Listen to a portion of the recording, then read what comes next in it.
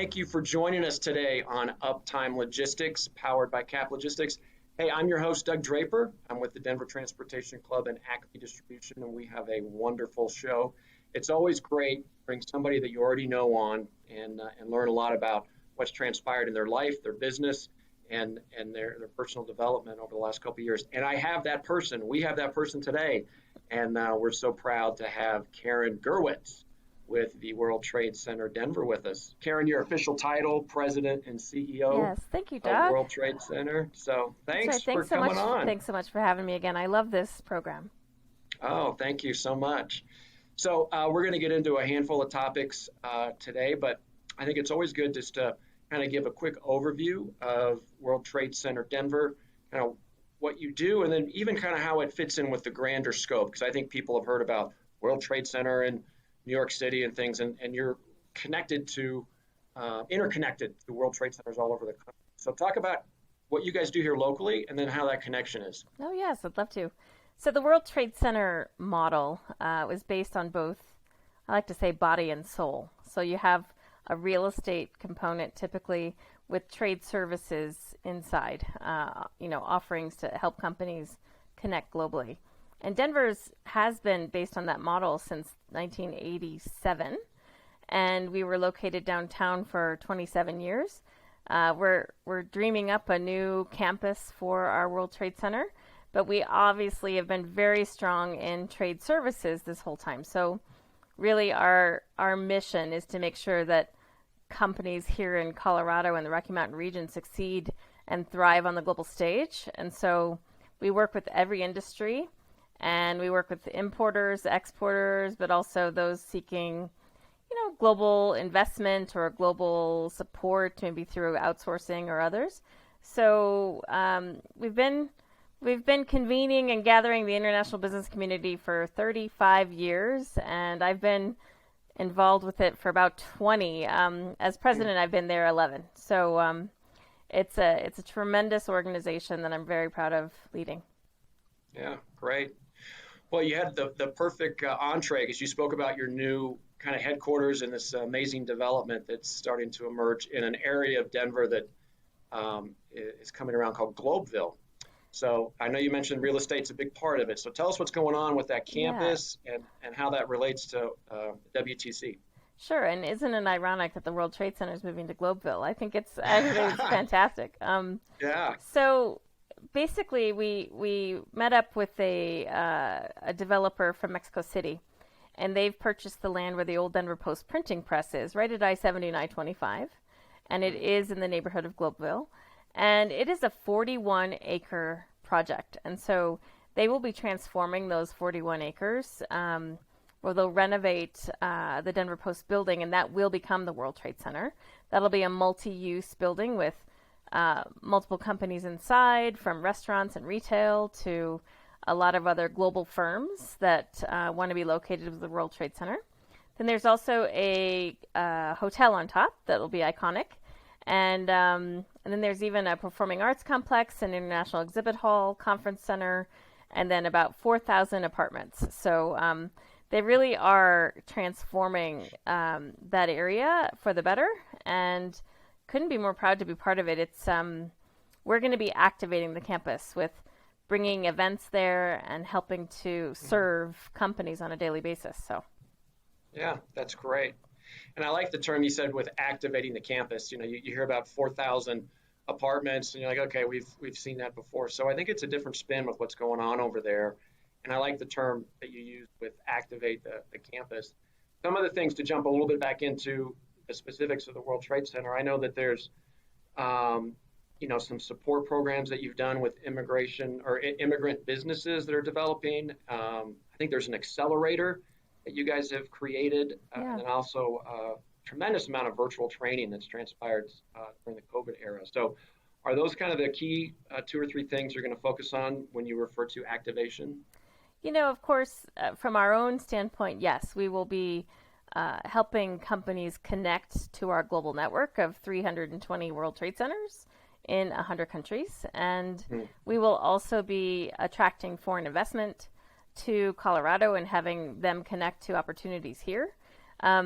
But our day-to-day operations include training, and we do run a couple of accelerators. One we're just launching for Colorado companies called the Global Trade Activator. So we're using that word again because it's about activating a new market. And we help guide companies. We basically help them guide step by step along the way to build a strategy to enter a new market on a strategic basis rather than just a whim.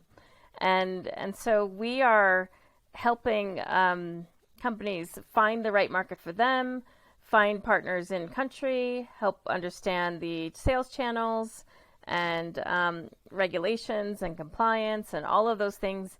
And we're bringing all of our tools in our tool basket, which includes training, online training, mentorship, our network, vendors, and all of the people that we serve are really coming with us to support us in this effort. So we're helping companies scale globally in a matter of about 4 months, which is unheard of. And we thought, during COVID, we had to innovate. How do we offer our services? We can't expect people to come to a physical classroom anymore.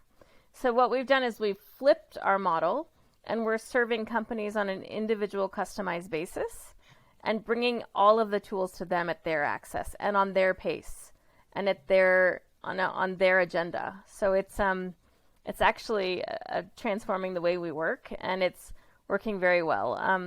We've been perfecting this model for about 3 years with a population of 100 immigrant entrepreneurs. We thought, why not start with a cohort that's already incredibly globally minded, and they are so eager to build wealth and a business. So they've got the drive. They just need some of the tools and the support. So we started with that community, and we have 100 immigrant entrepreneurs we now serve in developing their first ever trade business. And we've already converted that into 45 new businesses that are trading. And so think about that. That's going to transform the way our statistics are for trade. And it's already diversified our community by 20%. So it's incredible to work with immigrant entrepreneurs, and we rely on the support of our network to mentor them as well. So it's been a very rewarding transition, and COVID brought a lot of it on. So yeah, no, it's great. I had a chance at one of the World Trade Center events recently, and had a chance to meet some of the entrepreneurs you're speaking about, and I love it because the enthusiasm is off the chart, right? Off the chart. I mean, there's a passion for what they have and what they're kind of a purpose behind it as well. Like, here's something that I want to expand and let the world know about, whether it's something tangible or a service. And yeah, their excitement is just contagious. So totally get it. That's really cool. All right, so this is the point where I kind of embarrassed you a little bit, Karen, because we have to talk about you and some of the amazing things that have transpired with you and the Trade Center. But I think one that was really cool that was announced, back in September of October, is that you were recently elected to the WTC Board of Directors, and that's the global Board of Directors. You made mention of 100 countries and 300 plus centers across the world. So tell us about that. You're an international board member, what does that mean? I was so honored. Matter of fact, I had a board meeting this morning and yesterday morning at 6 a.m. our time, because that's what it's like being part of a global organization. We've got my colleagues in Manila and Taipei that are, at 11 o'clock at night. And so we're coming together in a board meeting trying to transform, this whole organization, reimagine what it's like to work in trade during a pandemic. There's just so much to discuss, and it's a vibrant board from all over the world, and I couldn't be more honored to serve.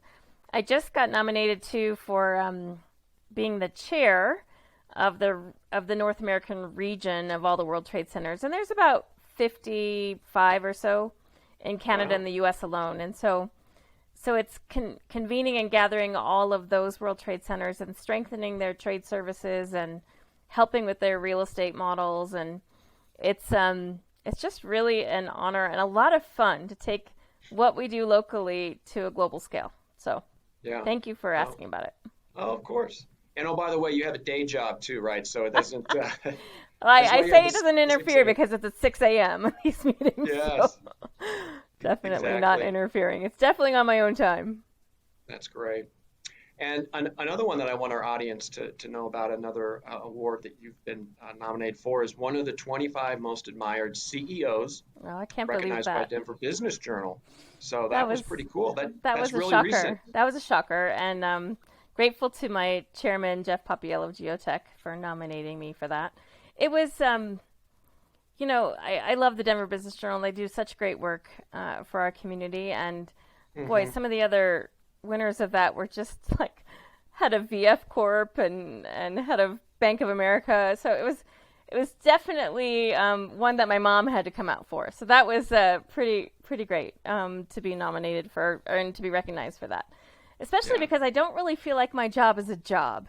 Mm. And I hope someday you get that opportunity because my job feels like a cause that I am so incredibly passionate about that I no longer need work-life balance because my job is so enjoyable that Mm. it just feels like I'm being my authentic self, and I wish that for everyone because it's just it doesn't make it laborious to wake up in the morning and go to work even at 6 a.m. So it's it was really truly an honor to be recognized for being a CEO of a job that it doesn't feel like a job. So Yeah, yeah. that's awesome. Well, there's your official TED Talk. So when somebody reaches out and says, I want you on, there you go. Yep, it's A true. purposeful centered leadership, we'll call it, It's right? true, So absolutely. that's I awesome. recommend it. Cool. We're going to refocus the lens to use that term back kind of to Colorado. We learned about the Sure. Trade Center, learned about you a little bit. So wanted to get your perspective on Colorado, the Denver landscape, and kind of how it's changed. And to give, that's kind of an incredibly open-ended question. So let me put some perspective around it. You said you've been 20 years engaged, 11 years as the executive director. Talk about compare and contrast a little bit about how things were different in 2011 versus 2021 and as we go into 2022. Compare and contrast where we were and where we are. Well, in some senses, there's a lot of similarities because when I took over this role, it was 2010, and it was right after the 2009 recession. And we're just coming out of that, a similar recession due to COVID. But the scale is so much different. So back in 2009 and 2010, we're still hosting a lot of physical delegations coming to Colorado. I remember Mm-hmm. hosting back in the 90s, 100 Japanese delegations in a year. Like, it was the way you did business. You had to go. You had to Mm-hmm. physically go and find opportunities. And so we were hosting a lot of delegations, and Denver was on the stage globally with the G8 and all those other things. In 2011, companies were desperate for new sales. We went through this recession, and I find that after recessions, companies want to trade because they're looking for new opportunities. They want to boost their sales. They want to even out their sales cycle.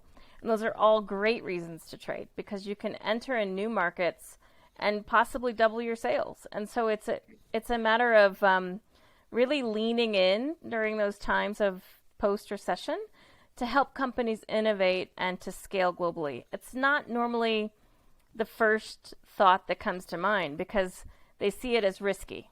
But when you have groups like ACME and your podcast and ours, World Trade Center, we're here to guide you along the way. So there are lots of experts out there to help you every step of the way. And once you start reaping the benefits of a new market and a new potential for your company, there's never going back. You're going to enter another market and the following market and so forth. So I feel like we're doing exactly the same thing right now. Companies are contacting us saying, we need to boost our sales. Domestic market is flat. What can we do? And so it's really been an exciting opportunity. And that's why we launched our accelerator to welcome new companies and walk them and step them along the way, be their guide at every step. Mm-hmm. Yeah. Well, I like the comparison with you got to show up, you got to bring your bags, and you got to be there in person, You do. and you got your pitch about opportunities, and all of that has definitely shifted. And they say COVID's an accelerator for it's kind of an overused term, but it certainly has changed I think it brings about the way we engage. innovation. When you have Yeah. major challenges, it's when innovation gets the most creative. How many companies have you seen that have shifted to PPE equipment when they're doing, something completely different on their day job? So it's innovation is coming out of the woodwork here, and Colorado is fantastic at innovation. So Yeah, very good. All right, we took a step back and we said we're 2021. Let's look back over the last 10 years. Now we're going to flip the switch and talk about what you think will happen. I like to refer to as 5 years out, okay. right? So we're in 2026. I guess 5 years now is more like 2027, if you can believe that. So tell me how things are operating if you're still in this role, and how things go. What does it look like down the road? Yeah, well, we'll be in much nicer digs at our new campus, and very excited about that. And where I see Colorado claiming a space is more of this: how do we become this central commerce, global commerce hub? Where today you might think of Chicago as being that global central commerce hub. Kansas City is doing a lot around boosting logistics support and having an inland port that's quite successful. Utah is starting to build out and plan for an inland port, which brings about multimodal connectivity and really positioning themselves for added global commerce. If you look at Colorado and Denver in particular, you see all of these people moving here, and we have incredible growth of population. With population comes stuff. And so we need to be able to handle those needs and those wants effectively.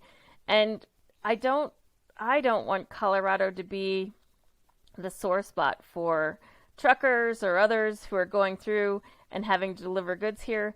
I want us to be the haven where they actually want to go through, and what can we do to connect our logistics efforts and our transportation needs a little bit more. So I've been leading a stakeholder group to really look at how can we build out a multimodal coordinated effort of an inland port here in Colorado, and really claim the stage of being this centralized global commerce hub. So in 5 years, I'd like to see that is in operation.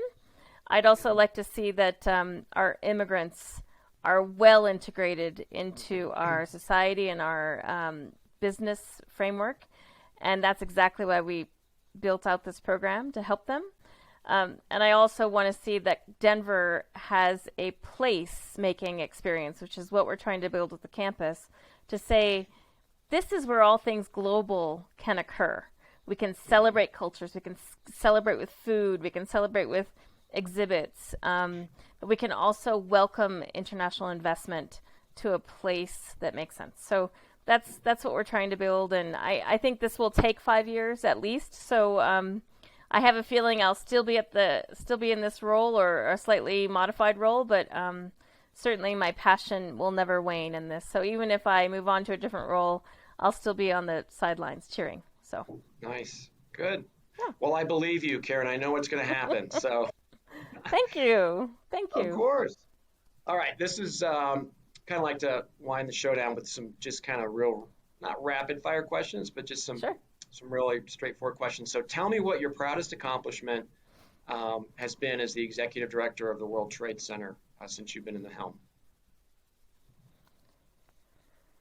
I think it has to be reinvigorating our internship program. That might not be what you're expecting to hear, but I love surrounding myself with young, hungry people that want to change the world. And the immigrant program too, it's just surrounding myself by these people that are so driven and want to grow and build their company, hungry for knowledge. So these two programs in particular fuel me to say that we're heading in the right direction. So to get the next generation and our immigrant community plugged in to this community and our mission is so fulfilling beyond words. That's good. You're right. I didn't expect that, which means that was a genuinely honest response, Karen, which is what we try to do here on Uptime Logistics. Good. So, Good. all right, couple more. What's the best advice you've ever received as it's related to international trade in Colorado? So not what you've given, but advice you've received.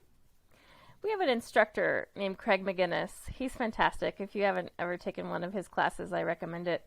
He also wrote a book called Going Local, or Go Global. So you should check that out. It's a great book. He gives this advice, and I think he's spot on. He says 80% of companies seeking to export are chasing a sale.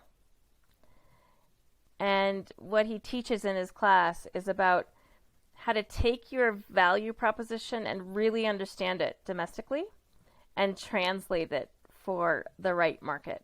Most companies chase a sale by meeting a guy at a trade show, having drinks after the show, getting to know that person, and now they're deep, deep, deep in that market, and they probably shouldn't be because it didn't make sense for their value prop going into it. So what I love about this is that if you take a step back and you really take a strategic approach as opposed to the blanket wide approach of trade, you're going to be so much more successful. And here's the thing, 80% of companies don't do that. Mm-hmm. And in our experience of doing this for that long, he is absolutely right. Most companies chase a sale, find themselves deep in a market, and they're like, what the heck am I doing here? Like, sales are not going up, nothing's working, I have beaten my head against a wall. It's because they didn't take a strategic approach, and I think really that's what our Global Trade Activator, our accelerator, is all about, is helping you do that. So yeah, no, that's great piece of advice. All right, so this is the yin and the yang, if you will. So Import or export, what do you think has the best growth potential here in Colorado? You can't have one without the other. Both. Most of our imports are inputs into other exports. So both have to grow, and they only will grow with more population. So, and to be honest, we welcome both. You know, so many people think importing bad, exporting good. We don't agree at all with that. We think, you look at some of the companies in our market, like Otterbox, they're importing all of their product, but they've created so many jobs for Colorado. $1 billion company, they're incredible, right? So it's both will grow, and we only hope it will grow because Colorado's still very much middle of the road when it comes to states and our global activity and our global business. We have to change that as a community because trade brings more for our economy than just about anything else. And if we don't start recognizing that, if we don't start moving the mark on that, we will be left behind by other states like Utah. Mm-hmm. Yeah. What is one piece of information or service you wish more companies knew about the World Trade Center here in Colorado? Well, most do not realize we're a nonprofit. Most do not realize that we have a support system to help them compete globally. Mm-hmm. Most people think of us as a building in New York. And so I would just say, if you ever see a World Trade Center in your global travels, and certainly we're in a temporary space right now, but when you see the World Trade Center in Denver opening up in 2023 as a building, then I want you to drop in and say, what can you do for me? Just ask that, because as a community, as a network, we value this reciprocity. So this morning, I was hosting a delegation from the World Trade Center Leeuwarden, which is northern Netherlands. We told them all about Denver and how they should invest in Denver and move their companies to Denver as their soft landing pad for the U.S. They will do that for you as well, and all you need to do is go through one World Trade Center to meet all 320 World Trade Centers. So I encourage you to do that and ask, how can you help me today? So that's cool. Yeah, that's great. Yeah.